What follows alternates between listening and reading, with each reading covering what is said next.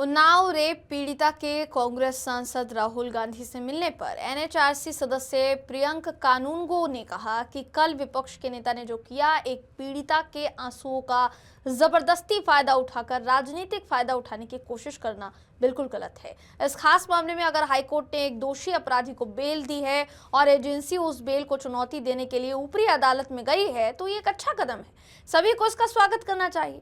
मुझे उम्मीद है कि पीड़िता की बेटी को उसी तरह न्याय मिलेगा जैसे पहले मिला था। और अगर न्यायालयीन प्रक्रिया के माध्यम से किसी को सज़ा मिली है और एजेंसी अगर उस सज़ा को सुनिश्चित करवाने के लिए प्रयास कर रही है तो ये स्वागत योग्य बात है। लेकिन जो परिवार का वो है कि जिस तरह से वो बना दी गई, तो उसके बाद परिवार का ये कहना है उनको खतरा महसूस है और वो परिवार अभी भी डर है, जिसको भी लेकर वो काफ़ी चीज़ें।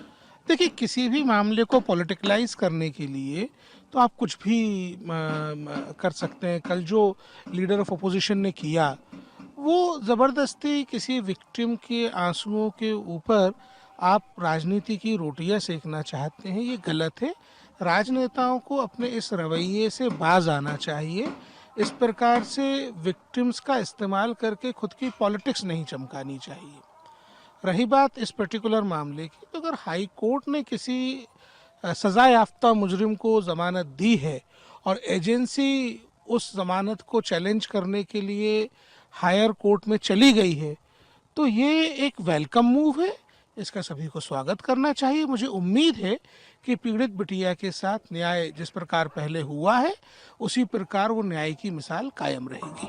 लेकिन सर, अक्सर सवाल ये होता है कि जब इस तरह के अपराधी रहते हैं जो रसूख का इस्तेमाल करते हैं और इसी तरह की उनको जमानत मिल जाती है, कई मामलों में वो लोगों को नहीं मिलती जो साधारण। देखिए, अब किसी अपराधी को जमानत मिली है और किसी दूसरे अपराधी को जमानत नहीं मिली, ये कोई तुलना की बात नहीं है। ये कोई तुलना की बात नहीं है। बात यहाँ पे ये है कि अगर किसी अपराधी को जमानत मिली है और विक्टिम को उससे खतरा है, एजेंसी ने जाकर के जमानत खारिज करने के लिए अपील की है या एप्लीकेशन दाखिल करने की बात की है, तो that is a welcome step and we should all welcome the move of CBI in them है। वक्त है एक छोटे से ब्रेक का। खबरों का सिलसिला यूं ही जारी रहेगा। देश और दुनिया की तमाम खबरों के लिए देखते रहिए राष्ट्रीय समाचार।